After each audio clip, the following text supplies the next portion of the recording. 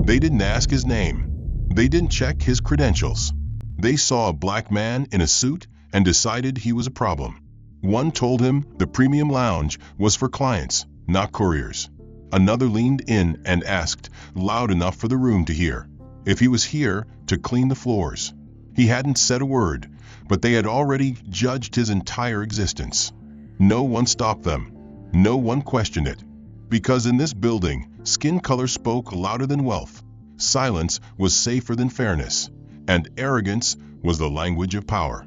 But what they failed to see was that the man they mocked wasn't just watching. He was recording every second. And when the moment came, he wouldn't raise his voice. He'd raise the floor beneath their feet. This is the story of what happens when quiet revenge meets loud injustice, and everything breaks. Subscribe if you believe these stories matter. Like this video and tell us in the comments where you're watching from, and what you would have done if it had been you standing at that counter. The air inside the First Dominion Bank was chilled to corporate perfection. Dry, filtered, sterile. Fluorescent lighting bounced off the polished marble floor and stainless steel accents, glinting like a showroom rather than a financial institution. Adler Vance stepped in with the steady poise of someone who had fought too hard for too long to ever walk unsure. His charcoal gray suit was tailored to precision, his tie a deep oxblood silk that caught the light when he moved. In one hand, he carried a slim leather folio containing bank documents, and in the other, a matte black metal card, First Dominion's own premier client access pass. He headed directly to the priority services desk, where only 2 clients stood ahead of him. The woman behind the glass, Cressida Holmes, looked up. She was in her 40s, sharp-featured, with platinum hair coiled neatly at her nape and a mouth always half-poised in distaste. Her eyes scanned Adler from head to toe. They paused, not on his card, not on the seriousness of his expression, but on his face, then the rich brown tone of his skin. Her gaze didn't soften, it tightened. She leaned slightly to the side, nodding to the uniformed guard stationed along the back wall. The signal wasn't dramatic. It didn't need to be. It was routine. The man in the suit behind Adler was white, mid-50s, belly round, tan from leisure. He approached the other counter, and Cressida's entire demeanor changed. Her posture lifted. Her tone grew syrupy. She welcomed him with a warm smile and offered a mint from the dish beside her keyboard. The man chuckled at something she said, and she laughed too, touching her necklace. Then Adler stepped forward. Her smile vanished. She didn't even offer a greeting. She simply looked at him and then down at his card as if she were examining a piece of trash left on the counter. Her voice was dry. She asked if he had an appointment. Adler nodded and passed over both his identification and the bank card. Cressida didn't reach for them right away. When she did, her fingers curled around the premier client card as if it were foreign. She held it between 2 fingers, tilted it, squinted, then slowly looked back at him. Her voice came with deliberate emphasis. "This doesn't look real," she said. "Looks like something printed off a home printer." The man beside Adler, a stranger, barked a quick laugh. "That's rich," he muttered, not bothering to look away. Adler didn't respond. He had stood in enough boardrooms to know that silence wasn't weakness. Sometimes it was the last bit of dignity left in a room. Cressida set the card down, not returning it, and began typing slow, intentional keystrokes that gave off the impression of someone searching a system they already knew wouldn't yield results. She asked him his full name again, even though it was printed clearly on the card and his ID. Adler complied. She asked him to verify his birth date. He did. Then she frowned at the screen as if something didn't quite match, clicking with growing annoyance. "There seems to be some irregularity with your account file," she said, her voice loud enough that 2 other waiting clients turned to look. Adler leaned slightly forward and, in a calm tone, said he'd like to speak with a manager. That made her sit back and smile, thin, cold, bureaucratic. She said the manager was currently unavailable. If he wanted, he could step aside while she attempted to sort through the confusion. Her tone made it clear there was no confusion. There was just her and her distaste. Adler said nothing. He stepped away from the counter and took a seat in one of the steel chairs lined along the wall. The security guard remained by the entrance, but shifted his stance so that Adler was now in his line of sight. Adler didn't miss it. He opened his folio, pretending to read. Minutes passed. The old man who had been served earlier left smiling. Another woman approached and was helped within seconds. Cressida glanced at Adler once, then continued helping other clients. 15 minutes in, Adler stood again and returned to the counter. Cressida didn't look up right away. When she did, her lips parted, feigning surprise. "Still here?" she asked before letting out a sigh. She turned to the screen and made a show of refreshing the system. "Still loading," she lied, then added, "Maybe it's an internal error. Happens with legacy accounts sometimes." Adler told her calmly that he had an appointment scheduled through his account executive for a wire transfer authorization. Her eyes narrowed. She asked him to present documentation. He slid the printed confirmation page across the counter.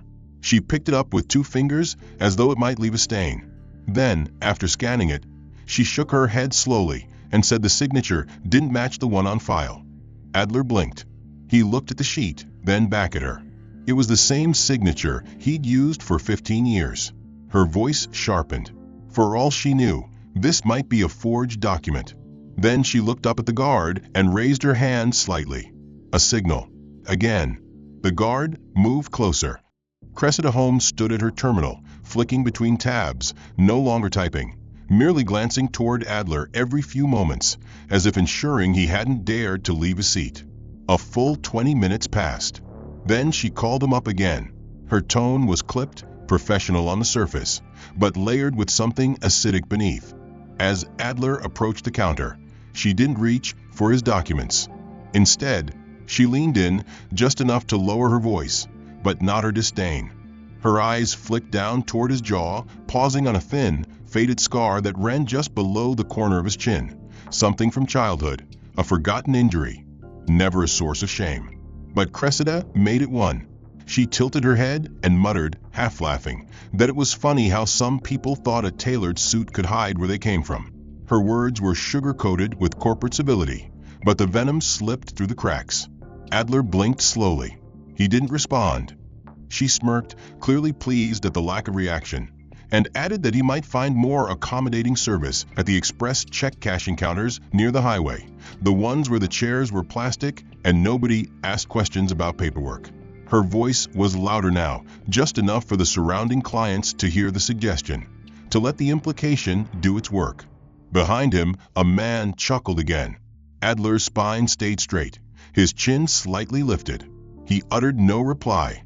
That's when another figure approached from the left corridor. Gideon Trask, assistant branch manager, a man in his early 50s with a sharp nose, tightly cropped hair, and a voice that sounded like it had been raised in courtrooms instead of offices.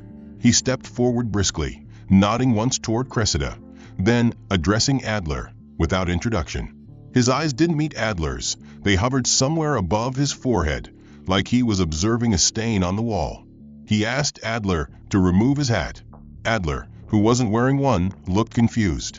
Gideon repeated himself, his voice firmer. "Remove your hat, sir, for identification verification." Adler explained evenly that he wasn't wearing any headwear. Gideon paused, finally looking directly at Adler's hair, tight, natural curls that framed his head with fullness. The kind of hair that invited commentary from the wrong people. Gideon tilted his head and muttered that the security cameras were having trouble confirming identity due to obstruction. He added, under his breath but audible, that bank protocol required clear visibility of facial features, particularly for new clients with limited transaction history. Adler opened his mouth, but Cressida cut in, saying that, yes, it would be helpful if Mr. Vance could present himself more clearly to their internal systems. A woman waiting in line nearby glanced over, wide-eyed, then turned quickly away, pretending she hadn't heard. Adler swallowed hard. The humiliation burned deeper than before, not just in his chest, but in the cold clarity of the situation. He wasn't just being denied service. He was being redefined, not as a businessman, not as a client, but as a suspect, a problem. An inconvenience to be corrected. Gideon stepped around the counter, his leather shoes clicking against the marble floor, and stood shoulder to shoulder with Adler, gesturing toward the interior wall where the security camera hung. "Sir," he said curtly, "please face that lens and remove any obstructive elements." Still no hat. Still no obstruction. But Adler complied, turning his head slightly toward the lens. The screen on Gideon's tablet showed the live feed. He tapped it twice, then glanced back at Adler with a look that bordered on condescension. "There, now we've got something usable." Returning behind the counter, Gideon adjusted his cufflinks, then turned his back completely to Adler. Cressida was already whispering something to him. Adler couldn't hear the words, but he caught the brief, synchronized glance they gave him, followed by a laugh barely stifled. It was as if he had become a test subject in a private social experiment. How far could they push a man before he lost composure? How many slights could they deal before the veneer cracked? Adler stood silently, waiting. A digital clock nearby ticked through each minute like a warning bell. He had arrived for a scheduled wire transfer at 9:45. It was now 10:34. Still no confirmation. Still no acknowledgement of his appointment. Still no transaction. Then came the final blow of the morning. Gideon returned to the counter and informed Adler, without meeting his eyes, that the system had flagged his account for review. Routine. Randomized. Just a check. Would take 48 hours minimum. Adler asked, still calm, still measured, if the review prevented him from withdrawing his own funds. Gideon said yes, until verification concluded. The account would be temporarily restricted. Temporary, of course. Standard protocol. Nothing personal. Adler didn't raise his voice. He didn't slam the counter. He didn't threaten to file a complaint. He nodded, once, slowly, and then gathered his documents with deliberate care. As he turned to leave, Cressida's voice followed him down the hall. It wasn't words, just a tone. Light, dismissive, amused. Like watching someone walk away with their tail tucked. He stood on the sidewalk, one hand gripping the strap of his briefcase, while the other held the folder of documents now marked by a fingerprint smudge he hadn't noticed before. With a long breath, he turned around and stepped back into the bank. Not out of choice, but necessity. The funds in question were significant, and though every cell in his body screamed to walk away and never return, Adler knew that walking out would mean letting them win. So he walked back in, adjusted his cuffs, and returned to the priority services queue. The same queue where he had stood nearly an hour earlier. Cressida was still at her station. She saw him coming and didn't try to hide her reaction. A slight roll of the eyes, followed by a rigid straightening of posture. Gideon was no longer in view, likely retreated to his glass office, where control felt easier from behind barriers. Adler waited until he was called. This time, Cressida didn't pretend to smile. She didn't ask if she could help him. She simply lifted her chin and waited for him to speak first. Adler set the folder on the counter. Inside was a printed verification form from the bank's own client portal, complete with account number, full name, and the 8-digit transaction code that confirmed he had pre-authorized the wire transfer 2 days prior. He said clearly, "I'm here to complete the transaction that was interrupted earlier. You should already have a record in the system." Cressida's fingers moved over the keyboard with an exaggerated rhythm, each tap louder than necessary, as if the sound of her compliance could excuse the tone of her attitude. She stared at the screen, then frowned. She scrolled. She frowned again. Her lips parted slowly, deliberately, as she said, "I don't see any transaction code listed under your profile." Adler pointed to the document, the code circled in blue ink. She didn't look down. Instead, she sighed and asked him to verify his client ID again. He did. Then she asked for the name of the associate who helped him schedule the wire. Adler provided the name. Still she clicked. Still she scrolled. Still she frowned. Finally, she leaned back in her chair and folded her arms. Her voice dropped a note, more casual now, more dangerous. She said, "Are you sure you didn't confuse this with something else? This system only handles official bank-to-bank transactions. We don't process retail vouchers or community assistance disbursements here." Adler felt the blood leave his fingers. His grip on the edge of the counter tightened, but he didn't move. He looked at her carefully, examining her face for any trace of recognition that what she had just implied was more than unprofessional. It was calculated, cruel, and unmistakably clear. Cressida blinked, waiting, unbothered. Adler straightened. He didn't ask her to repeat it. He didn't raise his voice. He only said, "Again, I need this transfer completed. I am not leaving until it is." Her laugh was quiet, dry. She said something under her breath about patience and humility being virtues that money can't buy. Then she reached for her desk phone and dialed an internal extension. She turned her chair slightly so her back was halfway to him, murmuring into the receiver, pausing occasionally to glance over her shoulder. Adler waited. He wasn't sure what frustrated him more, the open disrespect or the way it was delivered through the soft tones of passive service. He turned his head slightly and caught sight of a young woman at the far counter. She was being escorted into the private business lounge by another associate. She was white, maybe late 20s, wearing sneakers and a denim jacket over a dress. She held a simple folder like his, no thicker, no more impressive. Adler had seen her walk in less than 5 minutes ago. Yet here she was, being ushered into a conference room reserved only for priority gold clients. Adler watched her pause at the door, her associate laughing politely, motioning to a beverage station inside. The door closed. Cressida hung up the phone. She told Adler that she had spoken to someone from the internal review team, and they still didn't see the code reflected in the pending queue. She added that he could take a seat while she escalated the issue. It might take some time. She said it with an expression of mock sympathy, the kind of face people wear when watching someone struggle with a vending machine that ate their last dollar. Adler said, "How long?" Her shoulders shrugged. "Hard to say. Depends if someone's free." She turned to her monitor and began typing again, this time ignoring him completely. Adler returned to the steel chair in the lobby, his back stiff, his expression calm, but something deeper inside him already cracking under the weight. A child across the room asked his father why the man in the suit looked so mad. The father whispered something back, but Adler didn't hear it. He stared straight ahead, his gaze locked on the frosted glass panel that led to the manager's office. Behind it, Gideon still hadn't returned. He watched as a man walked in, clearly a regular, greeted by first name by another teller. He was brought a coffee.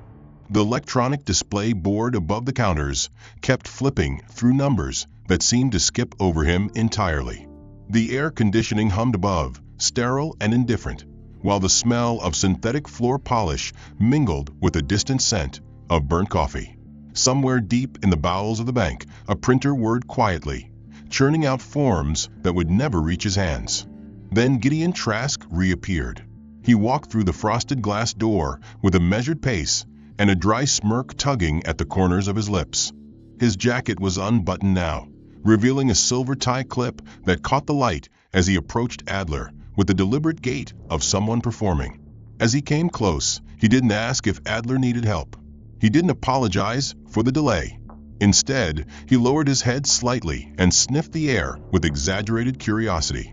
Then, with a smug expression, he leaned down and said with perfect clarity, "That's quite a scent you've got on. Reminds me of those citrus spray bottles in motel restrooms off I-90. The kind they use to cover mildew." His voice was just above a whisper, but sharp enough to cut through the murmurs in the lobby. A few heads turned. A young man in business casual smirked. Adler didn't move. He didn't respond. Gideon stepped back, brushing an invisible speck from his lapel, then tilted his chin toward the door. "Why don't you take a walk outside for a bit?" he said.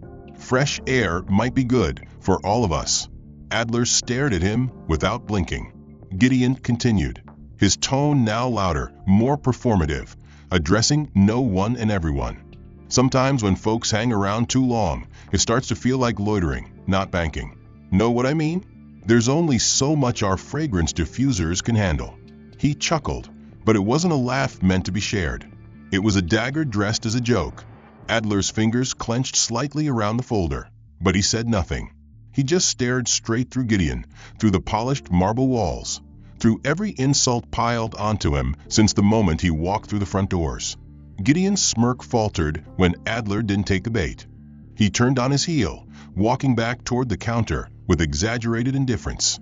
Cressida, watching from her post, had seen the exchange. She reached for the small brass call bell beside her keyboard and tapped it twice, short, sharp, and deliberate. A soft chime echoed through the lobby, and within seconds, the uniformed security guard from earlier stepped forward, accompanied this time by a second guard, taller and broader, who had just come off rotation.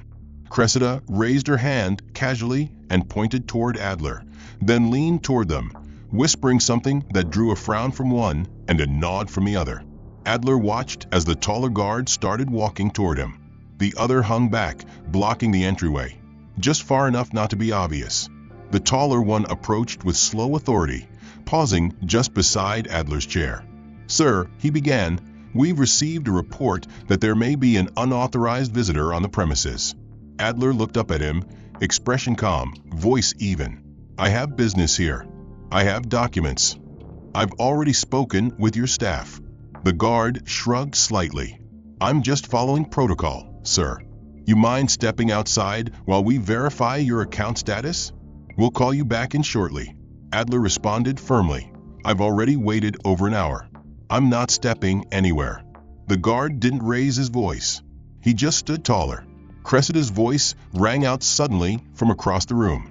It carried clear over the polished counters and through the quiet bustle of the bank floor. "I'm not sure where this gentleman came from, but he's clearly lost. The shelter's down 2 blocks, if he's confused." That was the breaking point. The words weren't shouted. They didn't need to be. They were stated with enough volume and venom to make everyone look. The room fell into an awkward silence. The tension snapped taut like piano wire. A middle-aged woman clutched her purse. A man in a gray suit glanced up from his phone, then quickly looked away. Even the guards paused, unsure of how to proceed when the abuse turned from covert to open. Adler stood up slowly, his back straight, his shoulders firm. He held his folder in one hand, the paper now creased along one edge from where his grip had tightened. His eyes moved across the room, meeting Cressida's for a moment, then moving on. Her gaze didn't drop. She stared back, victorious. She'd branded him, labeled him, reduced him to something beneath the dignity of reply. Gideon stepped out of his office again, as if summoned by the shift in air pressure. He looked between Adler and the guards, then spoke with a disarming tone meant to defuse a scene he himself had scripted. "Let's not escalate," he said. "We're a place of service." Adler didn't reply. He didn't nod. He just stepped back toward his chair and sat down. He wasn't leaving. Not like this. Not when every inch of this building was engineered to grind him down until he disappeared. So he stayed. A man without allies in a room full of strangers. But he stayed.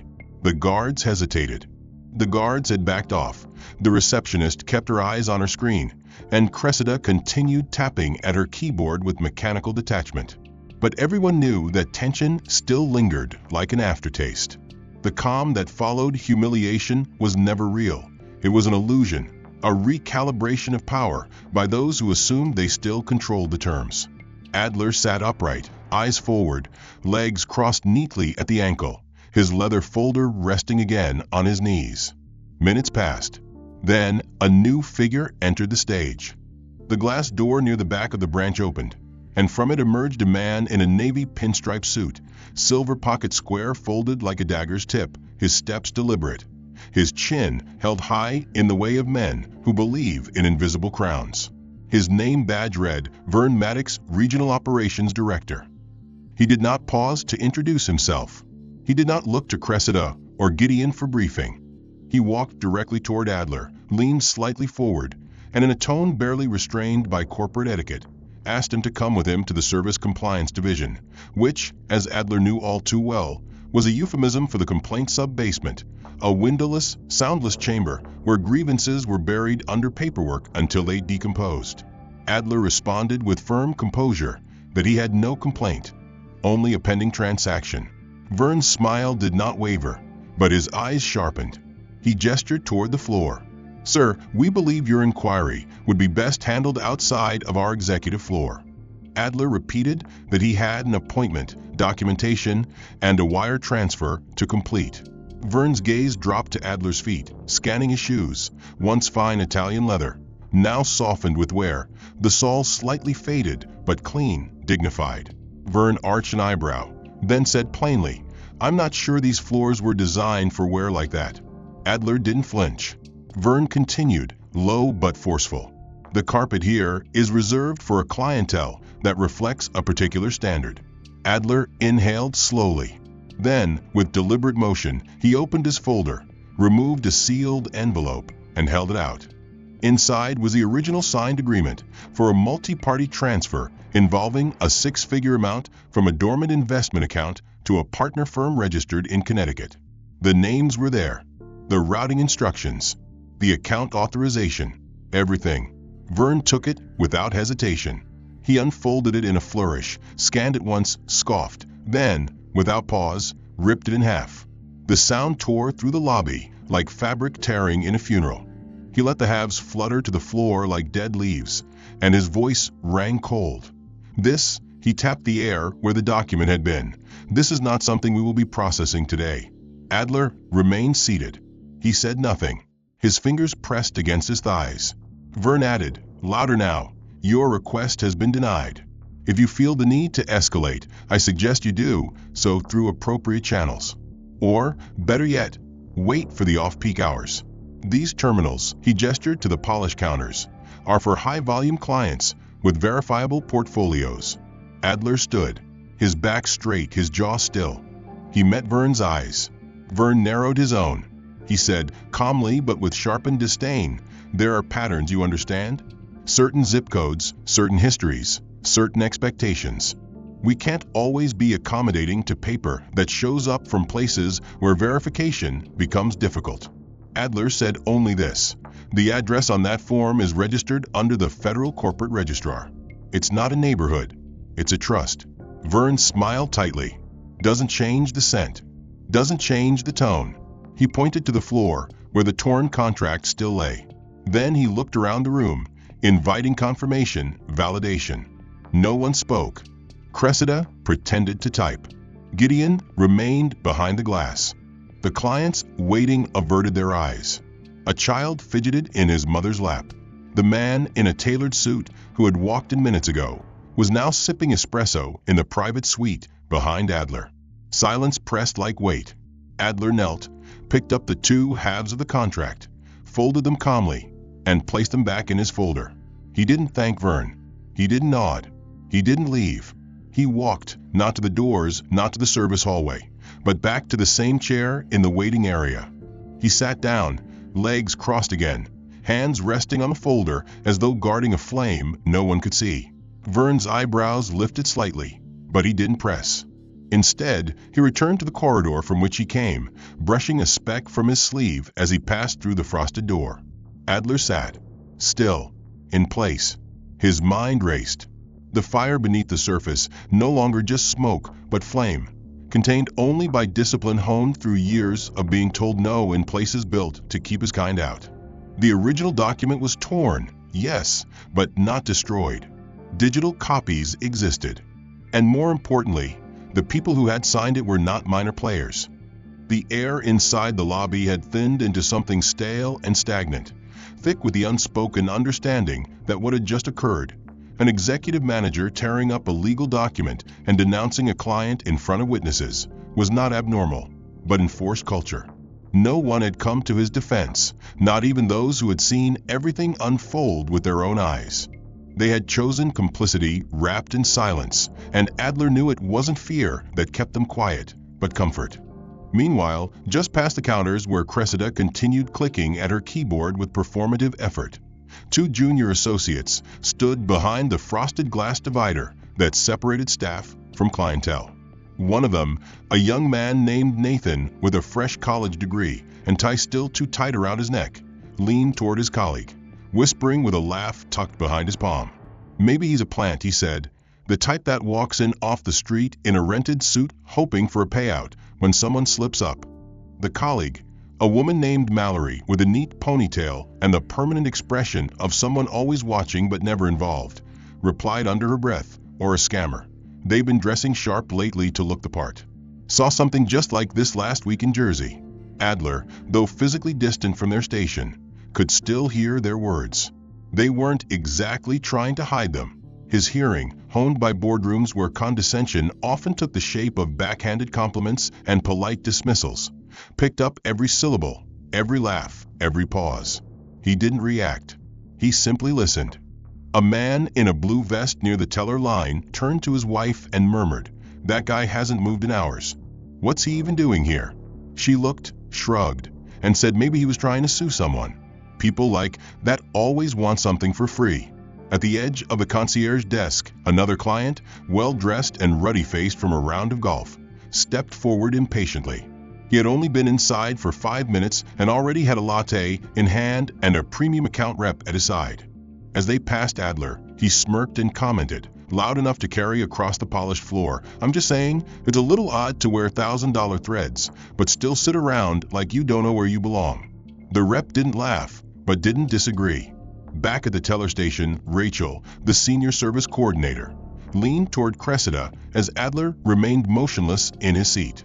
She had just returned from the staff lounge and was still holding a half-empty cup of tea when she said with a chuckle, "They show up dressed like that and think we'll forget what zip code they're from."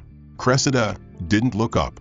She smiled and replied softly, "Well, money buys you clothes, not class."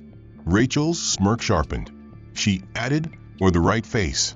Adler, still seated, still silent, closed his eyes briefly, not to block them out, but to see them more clearly. Their voices had built a rhythm, an orchestra of entitlement and mockery, so precise it could be transcribed. Every tone, every flicker of insult, every biased breath. Behind the front counter, Nathan and Mallory continued whispering, now bolder. Nathan said, "I mean, if he were really a legit client, why wouldn't he have someone call ahead? Or be in the system?" Mallory nodded, replying exactly. "These people think walking in with a briefcase makes them CEOs. What if he forged that wire document? I wouldn't be surprised." Farther down the hall, in the operations section near the compliance office, Vern Maddox's voice could be heard in conversation with a higher-tier associate. They spoke of scheduling, of clearing a meeting room, of putting someone on hold. But layered beneath the logistics was a pointed undertone. Vern had made a decision, and it involved making sure Adler's visit left no trail that could be followed by legal eyes. Back in the lobby, a child asked his mother loudly, "Why is that man still sitting there?" The mother hushed him, but the question lingered. It echoed. Because that was the question Adler wanted them all to ask. He wanted them to wonder why someone they thought didn't belong would remain unmoved, unshaken, unwilling to retreat. He adjusted his cufflinks slowly, deliberately. The gold gleamed briefly beneath the artificial lighting. His posture didn't change. His silence didn't break. But everything around him was fraying, reputations, veneers, the fragile illusion of fairness that the bank had crafted into every brochure and mission statement. Rachel, sipping her tea, said to no one in particular, "Funny how they think a suit puts them on our level." Adler heard it. He let it settle, because he knew the moment of revelation was close. Not yet, but close. Every insult recorded, every glance cataloged, every false laugh stored in his memory like data waiting for the right trigger. And when that moment arrived, he wouldn't need to raise his voice. He wouldn't need to threaten. He would simply act. Blur Vance remained seated as the clock above the concierge desk struck its next quiet chime, marking the 3rd hour since he had entered the bank and been subjected to an unbroken string of indignities. Around him, the atmosphere had devolved into a rhythm of whispers, chuckles, and subtle glances, each more emboldened by the assumption that he would never push back, that his silence was consent, that his composure was defeat. They did not understand that some men were not built to react, they were built to absorb, and then dismantle. And Adler was exactly that sort of man.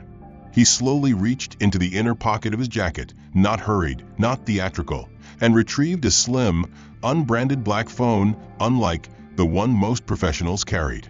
Its screen was dark matte, fingerprint-resistant, silent.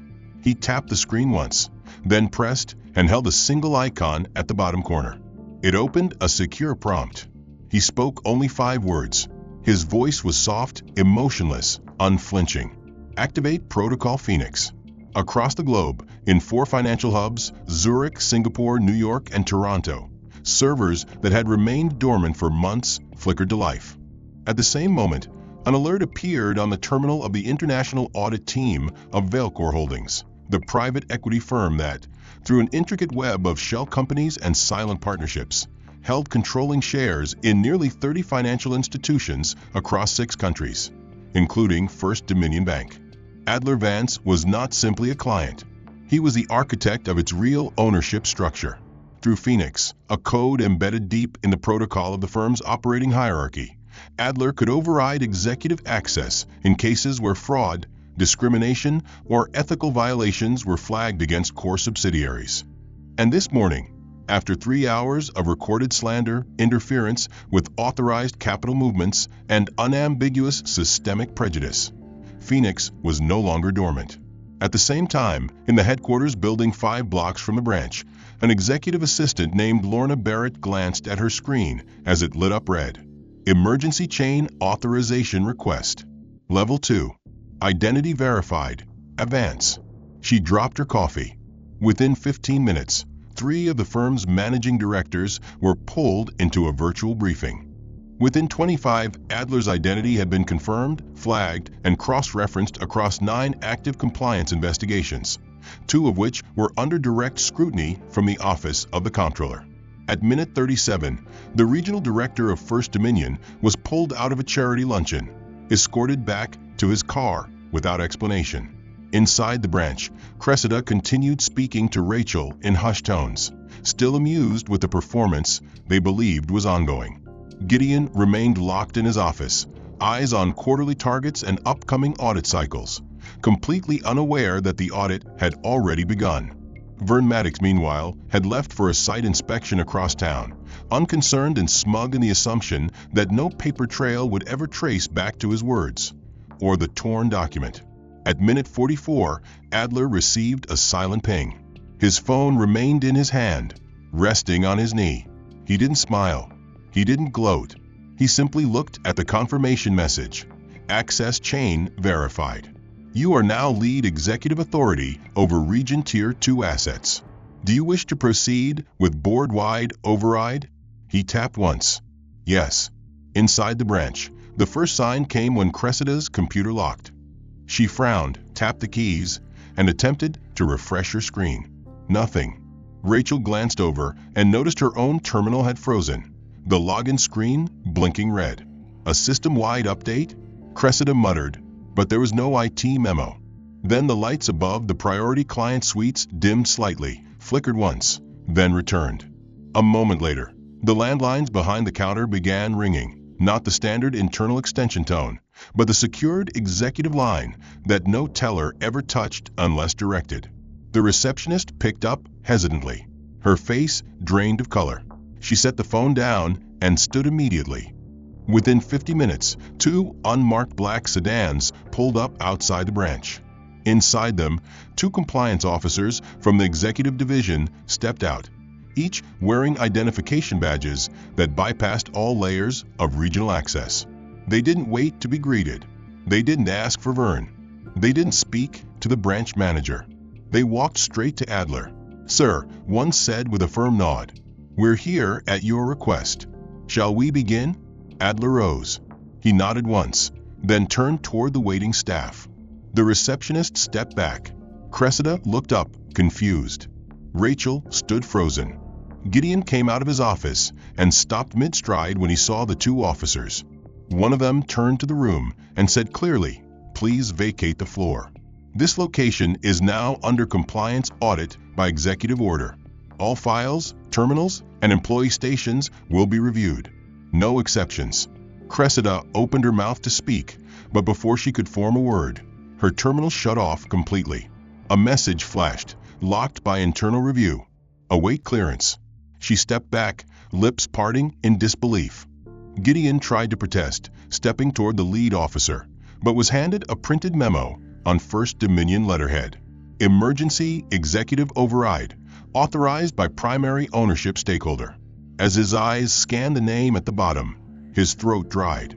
He looked up at Adler, who stood calm, steady, silent. The glass doors of the executive conference room closed with a smooth pneumatic hush, shutting out the final murmurs of the stunned bank staff behind Adler Vance. Inside, the compliance officers activated the secure network connection, linked directly to Vailcore holding central command, a protocol used only in high-level internal emergencies. On the wall, a screen illuminated, revealing live data from a dozen systems: account flows, transaction flags, personnel reviews, and branch behavior metrics. Adler stood at the head of the table, hands resting calmly on the wood grain, eyes focused not on the displays, but on the silence that came before a reckoning. Within minutes, other screens lit up. From multiple cities, directors and department heads appeared via encrypted video links, faces professional, eyes guarded. Each one had been briefed only moments earlier with a red-coded summary. Executive Override Initiated. Compliance Emergency. Tier 2 Discrimination Violation. Initiator: A. Vance. Some recognized the name. Most did not. But all now understood that this was no ordinary client complaint. This was the system turning inward on itself. The first director to speak cleared his throat and asked for confirmation. Was this a full internal investigation or an isolated protocol breach? Adler answered evenly, without emotion, that it was neither. What had occurred at Branch 4 Atlanta was not an error. It was a symptom, a rot that had grown within the cultural framework of the institution itself, masked by service language and professionalism, but born from deep, historic complacency. He detailed the timeline: the denial of service, the verbal humiliation, the escalation without merit, the destruction of documents, the targeted remarks. And then, with clinical precision, he identified each participant by name: Cressida Holmes, Senior Teller; Gideon Trask, Assistant Manager; Vern Maddox, Regional Operations Director; Rachel Elston, Floor Coordinator, all of whom had either directly committed, ignored, or enabled discriminatory conduct in violation of company policy, federal regulatory expectations, and the moral code upon which Vailcore claimed to be built. The room remained still. No one interrupted. No one defended. One director began typing furiously on another screen. Another nodded slowly, understanding that this wasn't just a disciplinary review. It was the early stages of structural collapse, unless addressed immediately. Then, on screen 3, a new feed emerged. Unscheduled. It came from an external broadcast monitor, a local news anchor reporting on a developing story involving discriminatory practices at a downtown bank location. Anonymous sources had released internal audio logs and employee communications. Fragments of dialogue spoken in arrogance and cruelty now played across television screens. Phrases like "he's probably faking it," "doesn't belong here," and "call someone to clean this up" were now public. Adler didn't need to ask how the media had obtained the recordings. The system had done what it was built to do: preserve and protect the truth once activated. Rachel's voice was clear in one of the clips. Gideon's dismissive tone followed. Then a still image appeared: Vern Maddox, standing over Adler with torn documents in hand. The footage wasn't cinematic. It was security grade. But it was enough. Enough to spark headlines. Enough to trigger ethics watchdogs. Enough to expose. A board member leaned forward on screen and asked the question the others had hesitated to voice: "What is your proposed course of action?" Adler didn't hesitate. Immediate leadership restructuring of the affected branch. Voluntary resignation offers delivered to all staff involved. Mandatory bias training across the region. Full compliance audit to be expanded to all Southeast operations. And most importantly, public acknowledgement, by name, that First Dominion Bank had failed a client, not because of system error, but because of human choice. He didn't demand public firings. He didn't ask for retribution. He asked for accountability. At that moment, another screen blinked. A compliance executive joined and added that multiple client portfolios tied to the branch had already requested account transfers due to the news coverage. Losses were projected in the 8-figure range unless immediate recovery steps were taken. One director paled. Another swore under her breath. But none of them interrupted again. Adler finished by reminding the board that this wasn't about image control. It was about moral gravity. That systems built on trust could not endure if they allowed rot to settle at the center. That silence had a cost. And they were now paying the first installment. Back at the branch, while the meeting continued, Cressida sat in the break room, pale and trembling, her access badge now deactivated, her computer wiped of all administrative rights. She stared at the small television mounted in the corner as her own voice played back on the evening news, recorded from a floor mic she never knew existed. She had smiled when she said it. The camera hadn't caught her face, but her name, her tone, and her intent were unmistakable. She whispered to herself, "This can't be happening." Gideon had already left, escorted out under the guise of administrative review. Vern had not returned. The office he occupied was now locked, lights off, his title scrubbed from the access panel. Rachel had turned off her phone, but it was too late. The emails had come in. Her husband had texted, "You're on the news. You should come home." In the downtown branch, a corporate liaison arrived in an armored vehicle accompanied by 2 internal auditors and a silent security operative wearing a dark coat and a badge that required no explanation. With practiced efficiency, they moved through the lobby without ceremony. Clients still seated near the teller line were politely asked to exit. Staff were instructed to step away from all terminals. The bank, still pristine and cold in its design, began to crack beneath the pressure of real accountability. Cressida Holmes was the first to be summoned. A soft tap on the break room door and a voice requested her presence in the HR suite.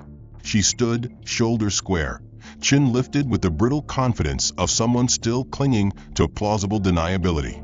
But when she entered the room and saw the envelope on the table with her name printed across it in stark black letters, the blood drained from her face. She reached for it with trembling fingers. Inside was a termination letter marked immediate discharge, cause, violation of Code 3.21, discriminatory behavior, malicious compliance, and ethical misconduct. She read the lines twice. Her voice cracked. She asked to explain.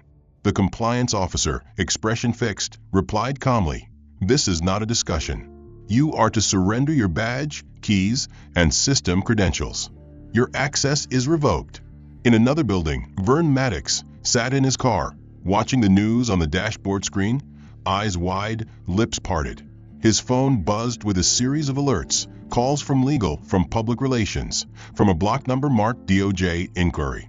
He had tried to preempt the disaster earlier that day by deleting messages, wiping his work computer, even calling in a favor from a regional VP he played golf with on weekends. But it was too late. The chain of authority had been activated at a level no insider connection could disrupt. A formal investigation had been launched by the Federal Office of Workplace Civil Rights, supported by a legal inquiry from the Department of Justice's Civil Division. The email he received that night contained 2 attachments. 1, a summons to appear before the Internal Ethics Tribunal, and 2, a subpoena requesting all personal and professional communications tied to client relations, hiring practices, and disciplinary actions within the last 18 months. The subject line was simple: pattern of discriminatory conduct case pending. Vern tossed the phone to the passenger seat, breathing shallowly. He knew what was coming. No PR firm, no deflection strategy, no donation to a public cause would erase his face from the footage now circling every network feed. At headquarters, high above the city in a glass tower designed to project permanence and dominance, the finance division met to assess the monetary fallout. Adler had not requested damages. He had not filed lawsuits. He had simply initiated a full liquidation of all corporate holdings, assets, and trust funds connected to First Dominion Bank. In the eyes of the financial system, the move was both strategic and surgical. Deposits, securities, and real estate holdings were quietly sold off or transferred to sister institutions under the Vailcor umbrella, removing nearly $2.4 billion in liquidity from First Dominion's valuation. This was not a punishment. It was a retraction, the quiet withdrawal of trust. And it was far more devastating than any lawsuit. Because in the financial world, perception and liquidity were everything. And Adler had just taken both. Investors panicked. By midnight, share values had dipped 17%. By dawn, news of mass client account closures dominated the business pages. Regional managers were swamped with calls. 2 commercial clients canceled loan contracts. 3 international partners halted pending expansions. Inside the same boardroom where Adler had spoken just hours earlier, silence returned. But this time it was solemn, reverent, stripped of arrogance. Directors reviewed the names of all employees listed in the emergency report. Cressida, Gideon, Vern, Rachel, each now flagged with a formal ethics violation. Internal chat logs were compiled. Security footage was archived and encrypted. Every document torn, every word recorded. Every second of humiliation delivered to Adler was now transformed into a timeline, a case study, and a warning. Back at the branch, Adler returned once more, not as a customer, not as an outsider, but as the man whose presence now determined its future. He walked calmly through the glass doors, dressed in the same suit from that morning. The guards at the front door greeted him with a salute. The receptionist, now replaced by a compliance-trained representative, stood quickly and bowed her head. This time, no one averted their eyes. They looked at him with something bordering on awe or fear, or perhaps the dawning realization that he had never been the man they thought he was. In the weeks that followed the collapse of First Dominion's public image, the world moved quickly, as it always does when institutions stumble and the machinery of accountability finally groans into motion. But for those who had been at the center of the storm, time did not pass so easily. Cressida Holmes, once a face of quiet authority at the teller counter, found herself sitting alone in a modest community center, folding printed pamphlets for an outreach program she had once dismissed as performative charity. She no longer wore heels. Her crisp suits had been replaced by plain sweaters and simple flats. The attention she once demanded by posture and presence had dissolved into polite indifference. The headlines had faded, but her name lived in internet archives and ethics registries. She had lost more than a job. She had lost certainty. The forced silence of unemployment had given her time to confront her own voice on recordings she never imagined would be played in front of strangers. She heard herself laugh, heard herself belittle, heard herself justify. And no matter how much she tried to explain away the moments as jokes, stress, or protocol, the truth remained. She had participated. She had helped. She had hurt.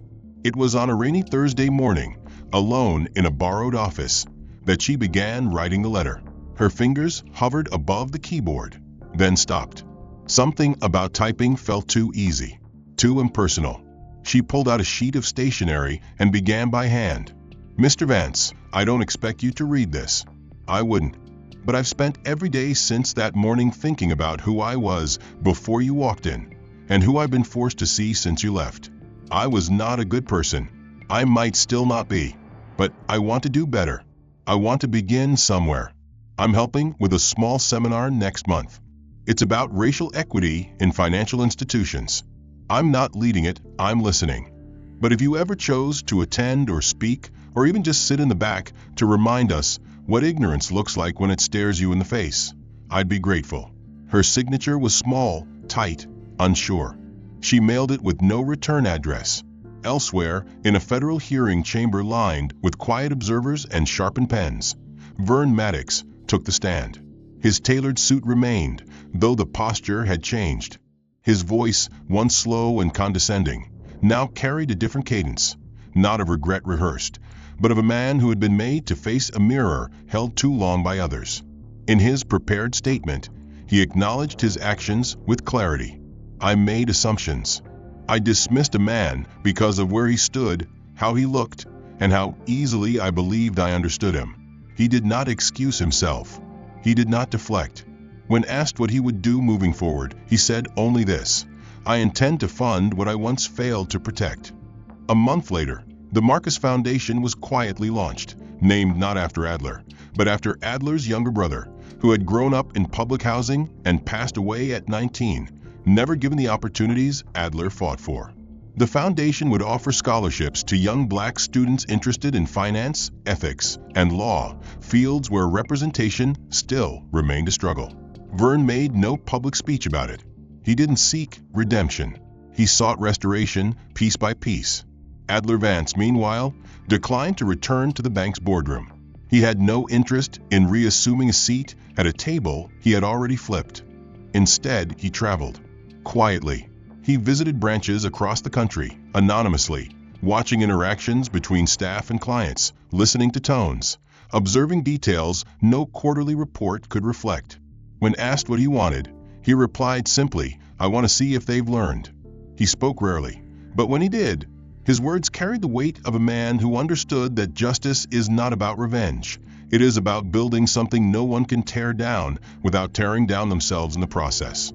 One autumn morning, Adler arrived at a small auditorium in Chicago, where a community event on financial equity was underway. The chairs were plastic, the coffee was bad, the crowd was small, and at the front stood Cressida Holmes, hair pulled back, voice quiet but steady. She spoke not of policy, but of perspective, of how easy it had been to let power shape belief, of how systems protect those who benefit from their design, of how she had once believed she was neutral when she was, in truth, complicit. Adler didn't speak that day. He sat in the back row, hands clasped, listening. She saw him as she stepped off stage. Their eyes met. She didn't smile. She nodded. He nodded back. And that was enough. The end. If this story moved you or made you think, take a second to subscribe for more powerful narratives like this. We release stories that challenge injustice and highlight real transformation. Which part of Adler's journey struck you the most? Was it the quiet endurance, the moment of revelation, or the final redemption? And where in the world are you watching from? Drop your thoughts in the comments. We'd love to hear your perspective.